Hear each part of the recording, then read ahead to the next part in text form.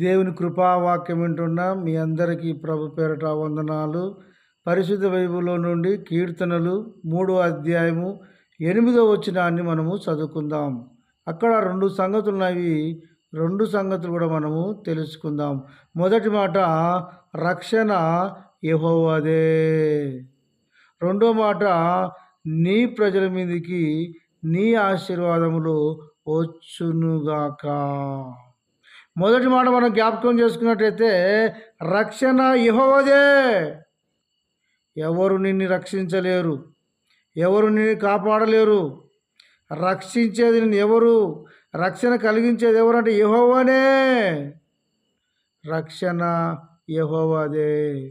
ఆయన ద్వారా నువ్వు రక్షింపబడతావు. ఆయన ద్వారా నీకు పాపక్షమాపణ కలుగుతుంది. ఆయన ద్వారా నువ్వు నిత్య జీవాన్ని పొందుతావు.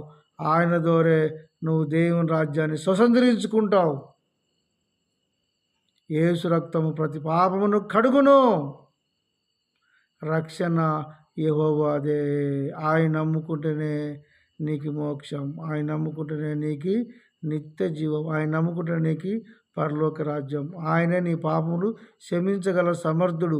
ఆయన నీ కొరకు ప్రాణం పెట్టి రక్తమును కార్చి తన స్వరక్తముతో నిన్ను కొన్నాడు. రక్షణ యెహోవాదే. ఇది మొదటి మాట. రెండో మాట జ్ఞాపకం చేసుకున్నట్టయితే, నీ ప్రజల మీదకి నీ ఆశీర్వాదములు వచ్చునుగాక. ఆశీర్వాదములు కావాలా? అయితే నువ్వు దేవుని మాట విను. దేవుని ఒక ఆజ్ఞ ప్రకారంగా నువ్వు జీవించు. దేవుని చిత్తానుసారంగా నువ్వు ఉండు. దేవుని కుమారుడుగా, దేవుని కుమార్తెగా నువ్వు ఉన్నట్టయితే నువ్వు దేవుని కుమారుడు అవుతావు, దేవుని కుమార్తె అవుతావు. కాబట్టి నీ మీదకి దేవుని ఆశీర్వాదములు వస్తాయి. ఆశీర్వాదములకు వారసుడుగా ఉండుటకే దేవుడిని పిలిచాడు. భూమి ఆయన పాదపీఠము, ఆకాశం ఆయన సింహాసనం, సమస్తమును ఆయన పాదముల కింద ఉన్నాయి. ఈ సృష్టికే ఆయన అధికారై ఉన్నాడు.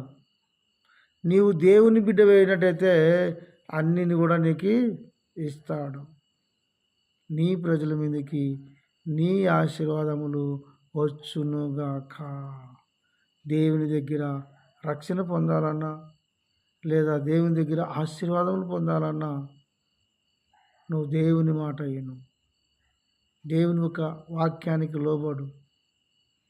దేవుని సన్నిధికి సక్రమంగా నువ్వు వెళ్ళు. దేవుని చిత్తానుసారముగా నువ్వు ప్రవర్తించు. అలాగ నువ్వు నడుచుకున్నట్టయితే నీకు రక్షణ ఇస్తాడు. తర్వాత నీకు ఆశీర్వాదములు ఇస్తాడు. ఆరోగ్యంలో ఆశీర్వాదంగా ఉంటావు. తినే తిండిలో ఆశీర్వాదకరంగా ఉంటావు. నీ కుటుంబంలో ఆశీర్వాదకరంగా ఉంటావు. నువ్వు చేసే పనిలో ఆశీర్వాదకరంగా ఉంటావు. అన్ని విషయాలలో నువ్వు ఆశీర్వాదంగా వర్ధిల్లుతావు. ఈ 2 మాటలు దేవుడు దీవించునుగాక. ఆమేన్, ఆమేన్. మొదటి మాట ఏది?